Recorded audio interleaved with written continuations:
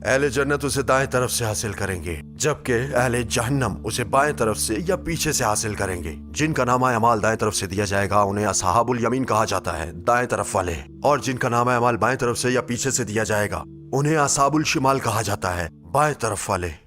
اور اعمال نامہ ان کے سامنے رکھا جائے گا اور بدکار اس میں لکھی ہوئی باتوں سے ڈر رہے ہوں گے اور کہیں گے, ہائے افسوس ہم پر, یہ کیسا ریکارڈ ہے. اس نے چھوٹے یا بڑے کسی عمل کو بھی بغیر حساب کے نہیں چھوڑا. ہر وہ عمل جو انہوں نے کیا تھا ان کے سامنے رکھ دیا جائے گا. آپ کا رب کسی پر ظلم نہیں کرتا. کاش میں نے کبھی شیطان کی پیروی نہ کی ہوتی. پلیز میں معافی چاہتا ہوں, مجھے ایک اور موقع دے دیں. کاش میں نے اپنے نفس کی پیروی نہ کی ہوتی. کاش میں مٹی ہو گیا ہوتا. جہاں تک اہل جنت کا تعلق ہے, جب انہیں ان کے نامہ اعمال ملیں گے تو قرآن اس کو اس طرح بیان کرتا ہے, جس کسی کو اس کی کتاب دائیں ہاتھ میں دی جائے گی وہ کہے گا, یہ لو میری کتاب, اسے پڑھو. میں جانتا تھا کہ حساب کا سامنا کرنا پڑے گا. اور اس طرح وہ ایک خوشگوار زندگی میں ہوگا. اتنے خوفناک دن کے ہوتے ہوئے کیا ہمیں اس خوشی اور آرام کو حاصل کرنے کے لیے حرام کاموں سے دور نہیں رہنا چاہیے؟ تمام تر دہشت کے باوجود اس دن کسی شخص سے جو سوال کیا جائے گا وہ بالکل سیدھا سا ہے. جو زندگی گزار کر آئے ہو جو آخرت کے مقابلے میں تقریباً کچھ بھی نہیں ہے, وہ حرام کاموں سے دور رہ کر گزاری یا نہیں. بہرحال جو بھی اپنی زندگی آرام میں گزارتا ہے وہ حقیقی خوشی کا ذائقہ کبھی نہیں چکھ سکتا. اللہ تعالیٰ کافروں سے پوچھے گا, تم زمین پر کتنے سال رہے؟ تو وہ کہیں گے, ہم ایک دن یا دن کا کچھ حصہ رہے ہیں. گننے والوں سے پوچھ لو. اللہ فرمائے گا, تم بہت ہی کم رہے ہو, کاش تم جانتے ہوتے. یہ وہ لوگ ہیں جنہوں نے آخرت کے بدلے میں دنیا کی زندگی خریدی, تو ان سے نہ ہی عذاب ہلکا کیا جائے گا اور نہ ہی ان کی مدد کی جائے گی. اور اب وہ جنہوں نے ایمان لانے سے انکار کیا, جو کافر ہیں, وہ عنقریب جہنم میں ڈالے جائیں گے. وہ اس میں ہمیشہ رہیں گے, کبھی نہیں نکالے جائیں گے. اپنے کفر اور اس ظلم کے مطابق جو وہ کرتے تھے ان کی سزا اس سے بھی زیادہ سخت ہوگی. لیکن شاید اس سے بدترین یہ ہے کہ وہ اپنے رب کو کبھی نہیں دیکھ سکیں گے جس نے انہیں پیدا کیا. اب صرف ایک مرحلہ باقی ہے, پل صراط, جو جہنم کے اوپر بنایا گیا ہے اور جنت کی طرف جاتا ہے. متقی, مومن, گنہگار, کافر, اللہ کا انکار کرنے والا, ہر کوئی اس پل پر آئے گا. جنت تک پہنچنے کا کوئی دوسرا راستہ نہیں ہے. اس پل کو عبور کرنے والے پہلے لوگ نبی پاک اور ان کی امت ہوں گے. ہر کوئی اپنے اعمال کے مطابق اس پل کو عبور کرے گا. کچھ بجلی کی طرح گزر جائیں گے, کچھ ہوا کی طرح, کچھ چل بھی نہیں سکیں گے اور رینگ کر پار کرنے کی کوشش کریں گے. صراط کے دونوں اطراف میں کنڈے لٹک رہے ہوں گے جنہیں مخصوص لوگوں کو پکڑنے کا حکم دیا جائے گا. نہیں, براہ کرم میری مدد کریں. نہیں. کچھ ان کنڈوں سے زخمی اور خراش زدہ ہو کر بچ نکلیں گے, جبکہ کچھ پکڑ لیے جائیں گے اور جہنم میں پھینک دیے جائیں گے. جہنم کبھی مطمئن نہیں ہوتی. جب اس سے پوچھا جاتا ہے کہ کیا تم بھر گئی ہو تو وہ چلاتی ہے, حل من مزید, کیا کچھ اور ہے؟ اس کی ساری ہولناکی کے ساتھ جہنم ہمارے قدموں کے نیچے ہے, ہماری آنکھوں کے سامنے بھڑک رہی ہے. ہم کوشش کرتے ہیں کہ اسے نہ دیکھیں اور پل پر چلتے رہیں. پھر ہم اپنے آس پاس کے لوگوں کو دیکھتے ہیں, ان میں سے کچھ اپنے گناہوں پر افسوس کر رہے ہیں جبکہ کچھ جہنم میں گر رہے ہیں. اور وہاں کچھ ایسے لوگ بھی ہیں جنہوں نے دنیا میں اپنی آخرت کو یاد رکھا. وہ بغیر کسی تکلیف کے پل کو تیزی سے پار کر لیتے ہیں.